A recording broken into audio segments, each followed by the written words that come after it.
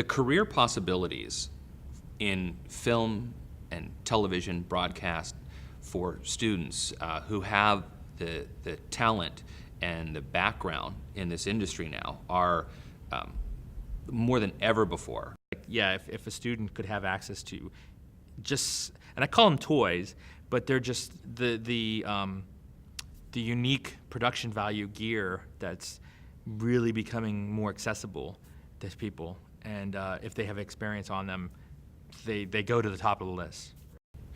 There are so many opportunities for them now, more than there were before in cable television, in broadcast network television, in film, in independent film, in web and media content. Businesses are hungry and starving for content, both for themselves and to broadcast and put on the air.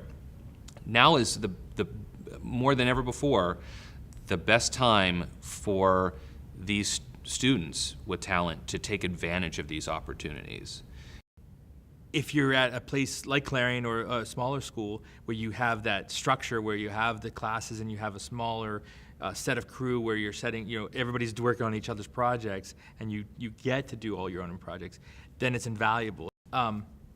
Because the world is changing so fast with the tablets and the iPads and the phones, like you watch so many things on just on your phone, that if the students are versed in producing for all those different mediums, whether it be for public relation purposes or business purposes or whatnot, it's invaluable because they're going to come out with not just a working knowledge of the gear, but an understanding of why it's used and how it's being used. And that's going to go far when they're interviewing with their first job or whatnot. Like, hey, by the way, I know how to, those things come up in these discussions where have you done this before, or do you have an understanding of this department? Because unless you're very, very specializing in one department in the businesses, you kind of tend to do 30% of your workload in media or relations or whatnot. As far as I can see from my clients and whatnot, where it's this person might be in charge of this project, but their real job is something completely different.